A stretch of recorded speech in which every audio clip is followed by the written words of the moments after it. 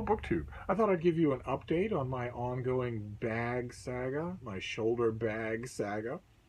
This started originally with the Rutenberg of all evil. Bill Rutenberg at the Rutenberg Library did a video about his travel bag.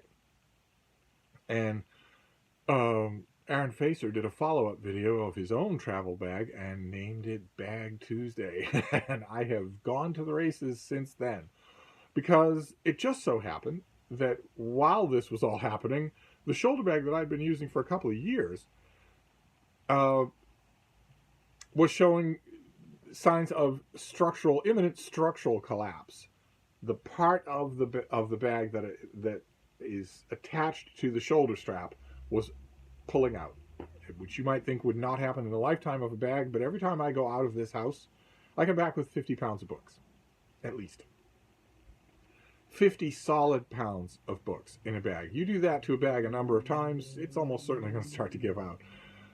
And the last thing you want to do in a situation like that is wait until it actually does give out, because it'll give out at the worst possible moment. That bag, that shoulder bag, is still good for, I don't know, travel. You could fill it with clothes. It wouldn't put any kind of strain on that shoulder strap, and it would probably be just fine.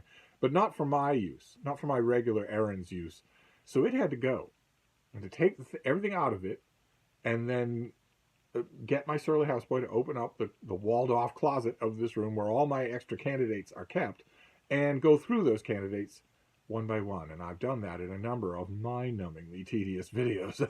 And I settled on a candidate. I settled on one of the two Land's End bags, or LL Bean bags, that I had. They're really well made. They're really companionable. The LL Bean, of course, has generated hundreds and hundreds of consumer stories, customer stories, people who really like them. I worried because that exact same point of vulnerability, the point at which the shoulder strap attaches to the body of the bag itself, if that gives out, the rest of it is useless. And that's very vulnerable in an LL Bean bag. So that was what I was worrying about, and that shouldn't have been what I was worried about. I took that LL Bean bag, we Frankensteined it on this channel. I took out the wooden rowel that was giving it some sort of briefcase shape, and I used it the next day, and instantly saw why it won't work. It'll work as a luggage bag, but it absolutely won't work on my daily or regular outside in the world errands, and that's because it zips across the top. Doesn't have a flap that covers the whole of the bag. It has a flap that only covers the front pockets. Which means I'm never going to use that zipper, of course. Zippers are the work of the devil. If you have no sense of touch, zippers are the work of the devil. I'm never going to use that zipper, and it wouldn't work anyway. When the bag has 50 pounds of books in it, it's going to be stretched wide open like that. And so there'll be nothing to cover it in inclement weather. And I joked at the time that Boston doesn't have inclement weather anymore, but the thing that I really should have been thinking about is that it's not just vulnerable to the elements, it's also visible to every Randall Calrissian that steps by. It's everything is in there is visible. That grated against me like fingers on a chalkboard. During that one trip, I don't need any subsequent trip. I immediately emptied that LL Bean bag of all the stuff that is in your daily bag and retired it. It'll be perfectly good for other uses, but it's not good for that. So instead, I went with this. A red Aeropostale bag that I really like. Most of the bags that I have that I found in that closet, I don't feel anything towards them one way or another. I like my stuff, but most of them are purely utilitarian. They're there for rolling and stuffing clothes when you need to move clothes in bulk. This thing I actually think is kind of jaunty. I kind of like it. It has a zippered pouch on the front flap. The flap covers the whole of the bag, so no need to worry about it being open to the elements. And the zippered front pouch is kind of accessible. So I liked that. I worried because, let me show you the example, because it is already pulling away. The island that holds the strap to the bag is already pulling away from the body of the bag. Put too many 50-pound loads in here, and that's not going to last very long. And I thought, all right, well, it's probably not going to die while you're using it. Let's give it a walk around. Let's try it during errands. And am I glad I did? Because that's not the problem with this bag. The problem with this bag is going to be difficult for you to see. But boy, oh boy, was it easy for me to see once I was absolutely dependent on it. you're not going to be able to make it out. But the bottom of the bag, the very bottom down here, is worn away on the corners to the point where you can almost read through it. It lasted. It survived the errand that I went on with it, but it won't survive two more. The bottom of the bag is almost completely corroded away. I'm sure that's why I stopped using it in the first place. That and this weird, unsightly dimpling that happens all throughout here. And there's no way to fix it. That's just on the outside of this. The skin of that outside flap has begun to dimple.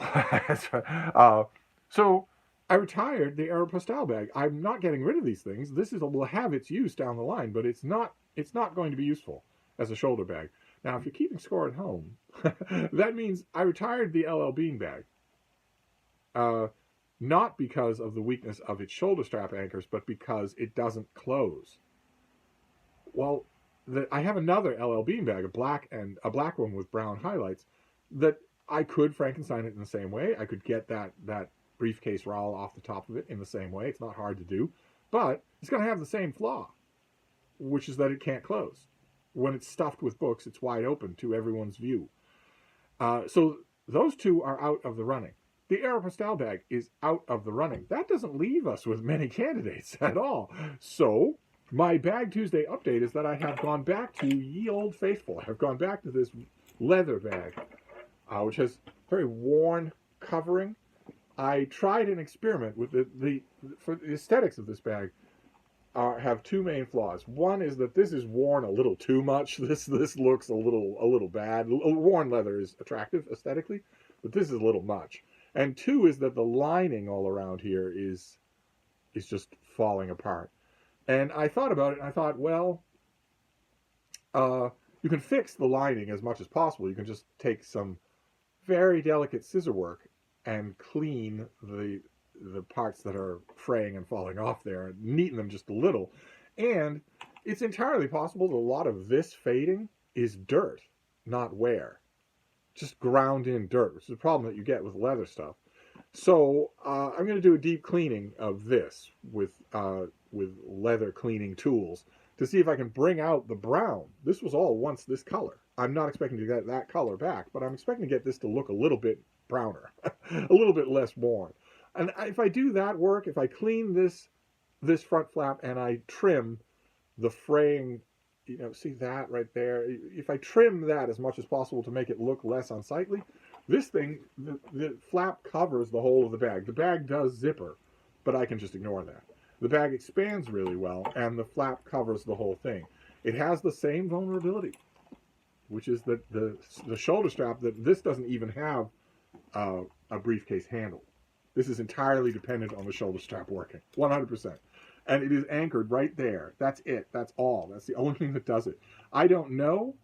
This is sewn. You can see two layers of stitching, and it's also riveted on both sides. That's pretty sturdy. That might hold.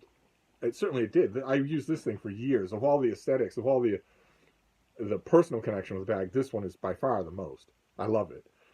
It was a sad day when I thought maybe I have to give it up. Maybe I have to stop using it because this creates a bad impression when you're meeting strangers. I'm not sure that that's true. That might not be true. The strangers might not care, especially if it's weathered leather, which has a kind of a cultural cachet of its own. But quite apart from its use, from its visuals, which I really don't care about, this is incredibly useful. It's a really durable thing. So I transferred the toy. I transferred the Brattle bags, and the outside pocket here, the one that brushes against your body, zips closed. So the Brattle bags are in there and they aren't even flopping around. I transferred everything else into this, and this will be the next grand experiment. This will be the next time that I do errands.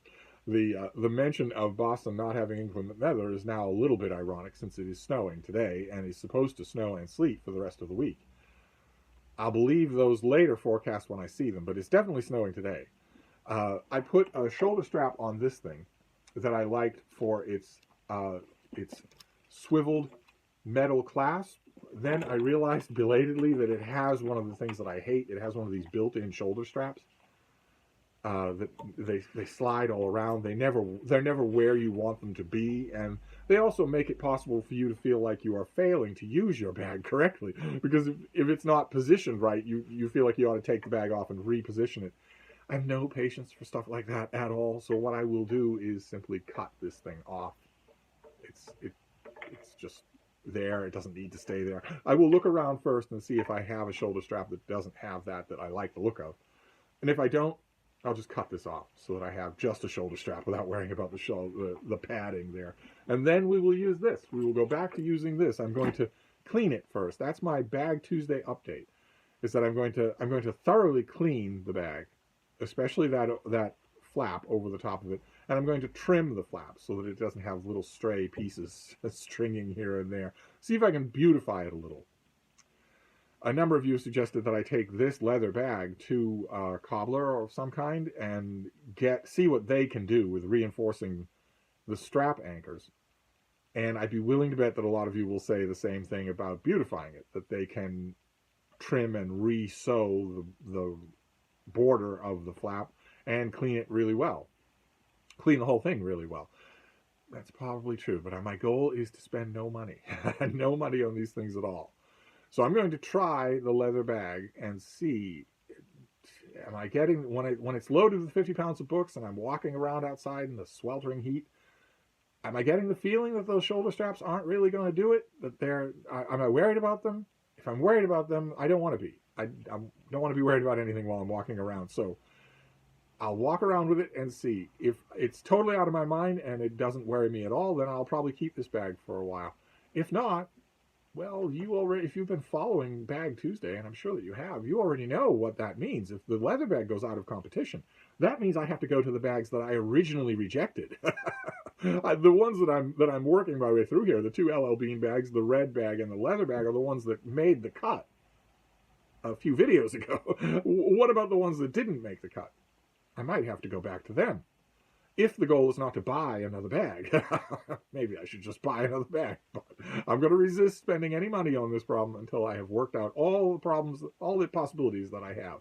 So there's your Bag Tuesday update. We are back to the leather bag. And now the goal for, the snowy afternoon will be to beautify this leather bag. Really deep clean the flap and trim the edges of the flap itself. We'll see what that has to do. I will update you next Tuesday.